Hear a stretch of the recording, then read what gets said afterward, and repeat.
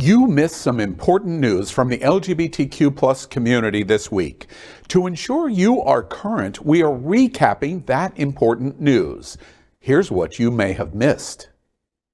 Star-studded Drag Isn't Dangerous Telethon raises over $500,000. The Drag Isn't Dangerous livestream telethon, hosted by Justin Martindale, Alaska 5000, Peppermint, and Adam Shankman, and created by Producer Entertainment Group, raised more than $500,000 for LGBTQ plus charities. The event saw performers including RuPaul's Drag Race All-Stars 7 winner Jinkx Monsoon, Wesley Rogers, Bob the Drag Queen, and more take to the stage in both live and pre-tape performances to help raise money for organizations benefiting the queer community. Along with performances, the event also featured a number of testimonials from LGBTQ plus entertainers and noted allies such as Margaret Cho, Adam Lambert, Charlize Theron, Silverman, and Melissa McCarthy, who spoke out against the rampant discrimination being faced by LGBTQ plus people everywhere. In one of the most blistering statements of the evening, RuPaul's Drag Race judge, Michelle Visage, blasted state legislatures aiming to restrict drag performances.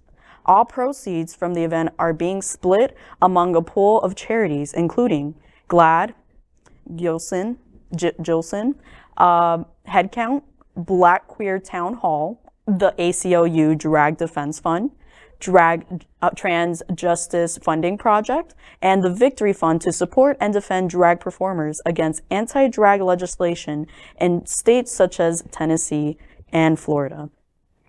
Wow, wow, wow. If there's one thing drag queens can do is raise money. That's the truth. $1 at a time. $1 at a time. My gosh, 500,000, that is quite a sum. Mm-hmm. I am so happy that it's going towards organizations that are supporting trans performers, because as you know, as a trans performer myself, we're being villainized, we're being attacked. This is basically war for us.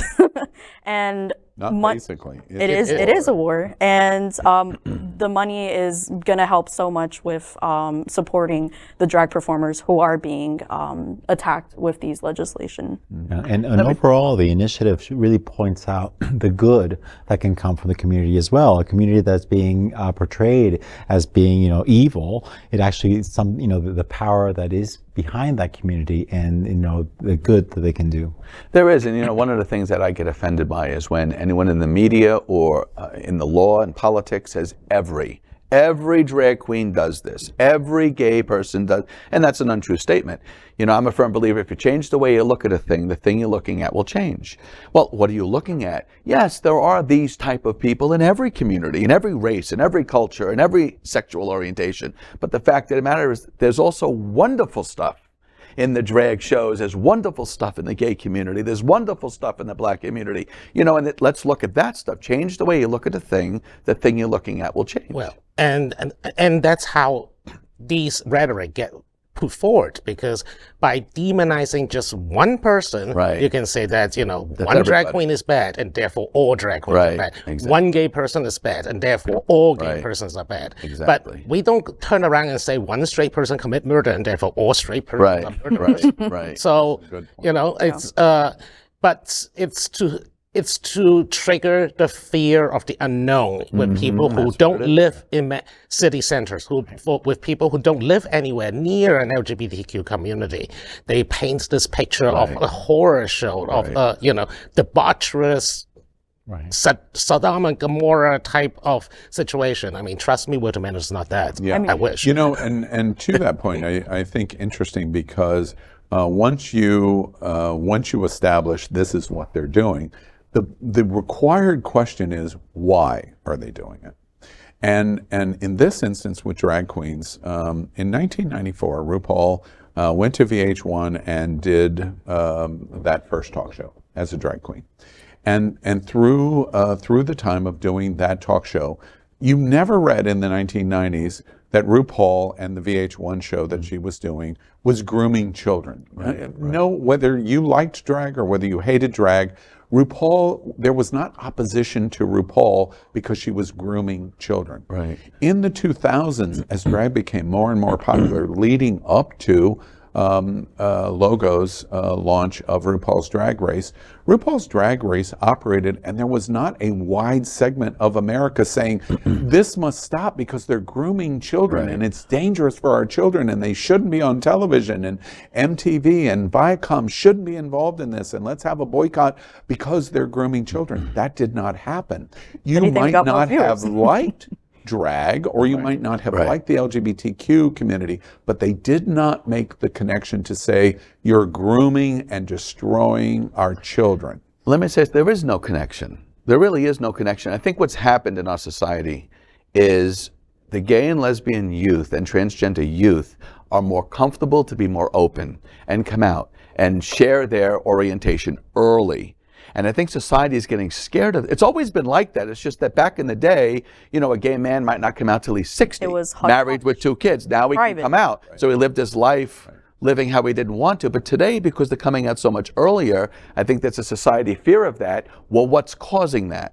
Well, the drag queens must be forcing that on the kids. Or, And it's not society. It's a small percentage that are doing it for power and money to hold on to control. That's what's causing the fear. One last thought before we move on. Bobby's got to jump in for the next story.